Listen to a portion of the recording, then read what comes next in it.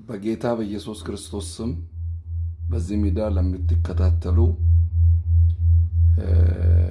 ኢትዮጵያውያኖች ኤርትራውያኖች በብዙ መንገድ እግዚአብሔርን በተስፋ ለምትጠብቁት ለእናንተ በዚህ ደቂቃ የእግዚአብሔርን ቃል ወደ እናንተ ለማስተላለፍ ተገድጃለሁ።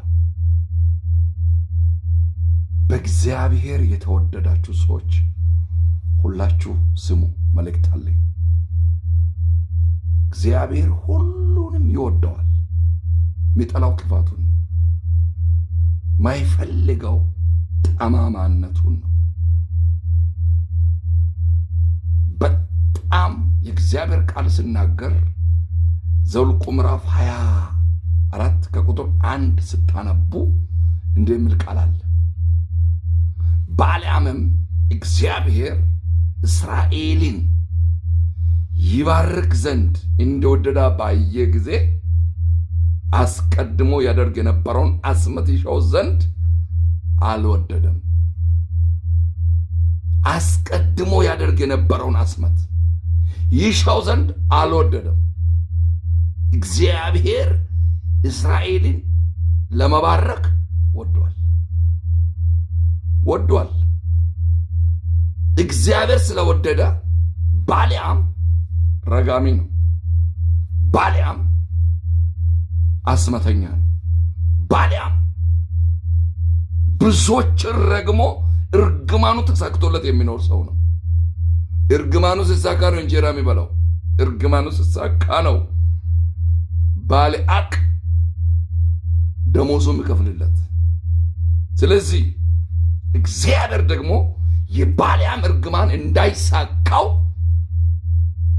እኔን እናንተን ሊባርክ ወዷል። አዲስ ዓመት ሳይገባ በዚህ ዓመት ውስጥ በዚህ ወር ውስጥ በእናንተ ላይ እግዚአብሔር የወደደው አጀንዳ ይሰራል። የወደደውን አጀንዳ የኔ ነው ብለህ መልእክቴን ተቀበል። የኔ ነው ብለሽ መልእክትሽን ተቀበይ።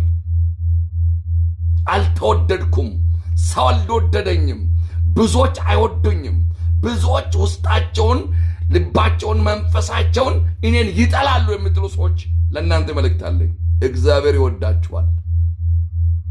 ባልዓም ሲስቴሙ፣ የባልዓም መተቱ፣ የባልዓም አስመት ቀርቷል። ባልዓም አስመቱን አስቀረ። እግዚአብሔር ወዶታል ህዝቡን። ስለዚህ 23ን ደግሞ ስታነቡ በያዕቆብ ላይ አስመት የለም፣ በእስራኤል ላይ ሟርት የለም ይለዋል። በጊዜ ስለ ያዕቆብና ስለ እስራኤል እግዚአብሔር ምን አደረገ ይባላል። የለም፣ አስመት የለም፣ ሟርት የለም። ክፉ ቢናገር አይሰራም ማለት ነው። በዚህ ዓመት እግዚአብሔር የወደደ ነገር በሕይወታችሁ ላይ ይሁን። 23:21 ደግሞ ስታነቡ ዘኍልቍ ላይ እነሆ ለመባረክ ትእዛዝን ተቀብያለሁ፣ እርሱ ባርኳል፣ ይመልሰው ዘንድ አልችልም ይላል። በኢየሱስ የመጀመሪያ በረከታችን በሰማይ ስፍራ በልጁ በኢየሱስ ክርስቶስ ባርኮናል። እግዚአብሔር በነገሮቻችሁ ሁሉ ላይ በረከቱን ለቆታል። ስለዚህ አስመቱን አልፈለገም፣ አልወደደም ለመያዝ። ህዝቡን ለመርገም አልወደደም። እግዚአብሔር ሊባርክ ወዷል። እግዚአብሔር አስመቱን አበላሽተዋል።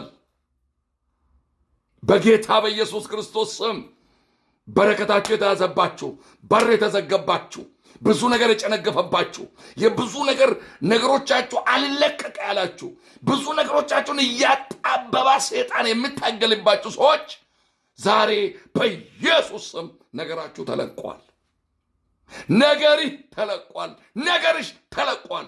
አሜሪካ ላይ፣ አውስትራሊያ ላይ፣ ካናዳ ላይ፣ ዓለም ላይ፣ አውሮፓ ውስጥ፣ አፍሪካ ውስጥ፣ ኢትዮጵያ ላይ፣ ሳውዝ አፍሪካ ከዳር እስከ ዳር በመተት በአስመት በምስጢር ነገር የሚያበላሹ ሰዎች ሲስቴማቸው ቀርተዋል። ነገርህን ሊያበላሹ አይችሉም። እግዚአብሔር ግን የባረከውን ማንም ሊረግም አይችልም። እርሱ ባርኳል፣ እኔ እመልሰው ዘንድ አልችልም አለ። የኔ አስመት መመለስ አይችልም። እግዚአብሔር የባረከውን በረከት ማንም ሊመልስ አይችልም። ስለዚህ ሁሉም ትውልዶች ዛሬ በዚህ ደቂቃ ወደ እናንተ መልእክት ይዤ ነው የመጣሁት። አስመቱ ቀርቷል። ጠማማነት፣ ክፋት፣ ተንኮል፣ ከሰው በስተጀርባ የተሰራለ ክፋት ቀርቷል። እግዚአብሔር በእናንተ ላይ ያሰበውን መልካምነት ማንም መቀየር አይችልም። ወንድሜ ይኸው በዚህ በአዲሱ ዓመት መልካም ይሆናል። በአዲሱ ዓመት ታምር ይሆናል። በአዲሱ ዓመት ምልክት ይሆናል። በአዲሱ ዓመት የእግዚአብሔር በረከት ባንተ ላይ ይቀጥላል። በቤት ላይ፣ በልጆች ላይ፣ በትዳሪ ላይ ሁሉ የእግዚአብሔር በረከት ይቀጥላል።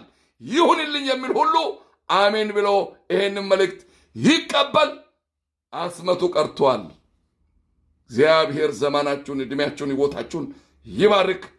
ጌታ ከእናንተ ጋር ይሁን። ተባረኩ።